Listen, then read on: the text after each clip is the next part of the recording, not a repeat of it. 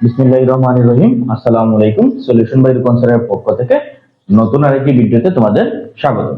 নবম এবং দশম শ্রেণীর শিক্ষার্থীরা, আজকে থেকে আবারও আমি 9.2 এর অঙ্কগুলো সমাধান করব। তাই 9.2 এর অঙ্কগুলো যদি তোমরা বুঝতে চাও তাহলে এখন থেকে নিয়মিত ভিডিওটার আপডেট চেক করবে। আর যারা এখনো চ্যানেলটি সাবস্ক্রাইব করো না তারা চ্যানেলটি সাবস্ক্রাইব করে নিবা। তাহলে চলো কথা না বাড়িয়ে আমরা মূল ক্লাসে চলে যাই।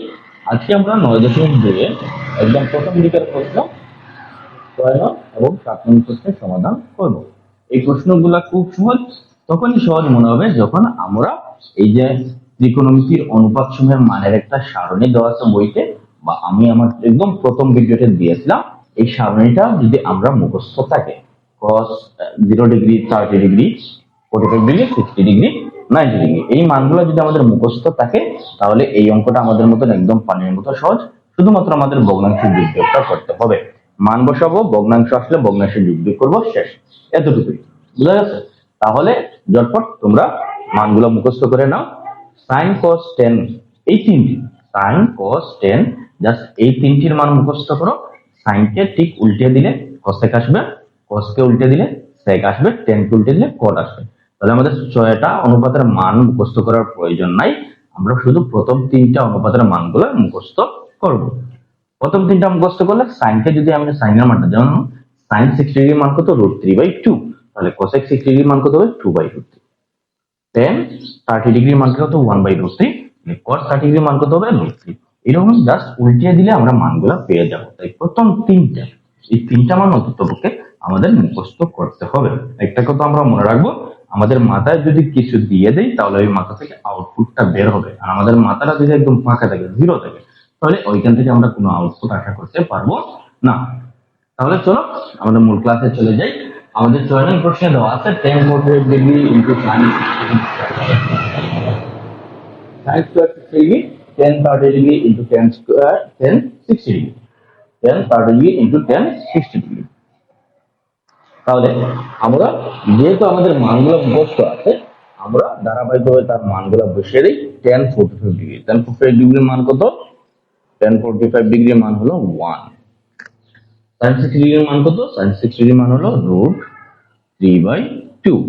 তাহলে দেখো tan 45 ডিগ্রির মান ছিল 1, আমরা tan 45 ডিগ্রির মানটা বসালাম 1, sin 60 ডিগ্রির মান √3/2, sin 60 ডিগ্রির মান জায়গায় আমরা বসালাম √3/2।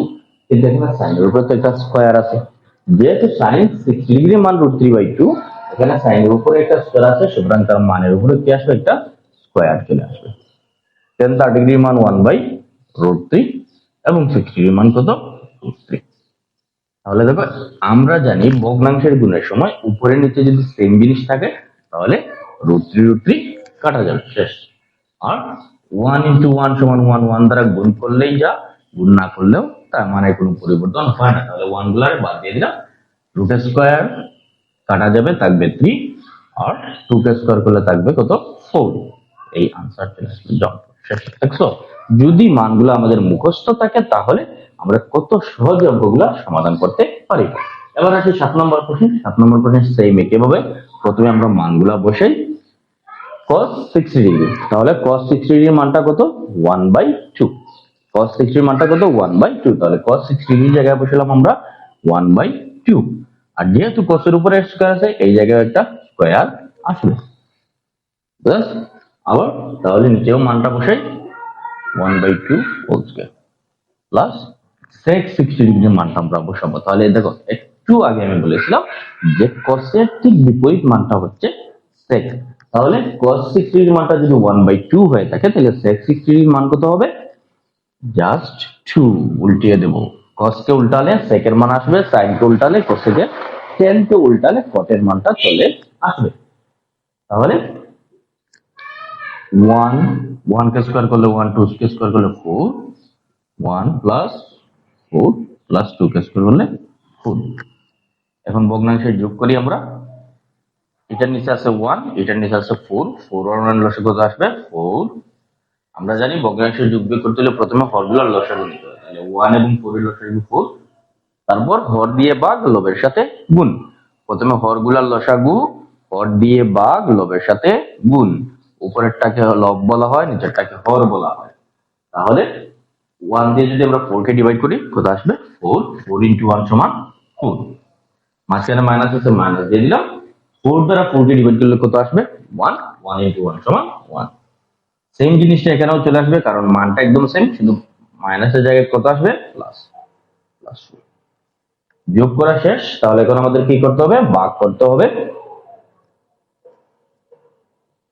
তাহলে আমরা যদি ভাগ করি তাহলে কি আসবে আমরা জানি ভগ্নাংশের ভাগের সময় গুণ আকারে প্রকাশ করতে এবং গুণ আকারে যদি আমরা প্রকাশ করি ভগ্নাংশগুলোকে তাহলে নিচে যে ভগ্নাংশটা আছে ওইটা উল্টে যাবে ওইটা বিপরীত হয়ে যাবে এটার হর হয়ে যাবে লব লব হয়ে যাবে হর ওইটাকে উল্টা করবে তাহলে আমাদের এখানে 4 - 1 = থাকবে 3 নিচে থাকলো 4 এই 4টা চলে আসবে উপরে 4 + 1 = 5 প্লাস 4 তাহলে 4 4 কাটা 3/5 প্লাস 4 আবার একটা ভগ্নাংশের যোগ এটার হর 5 এটার হর 1 5 আর 1 এর লসাগু কত আসবে 5 5 দ্বারা 5 কে ডিভাইড করলে 1 3 ইনটু 1 সমান 3 4 দ্বারা 5 কে ডিভাইড করলে কত আসবে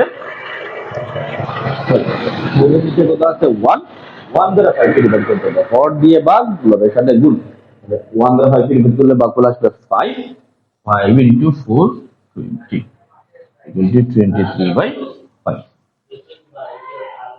তাহলে দেখছো আমাদের যদি মানগুলো মুখস্থ থাকে সূত্রে তাহলে ঝটপট আমরা সহজে অঙ্কগুলা করে ফেলতে পারবো।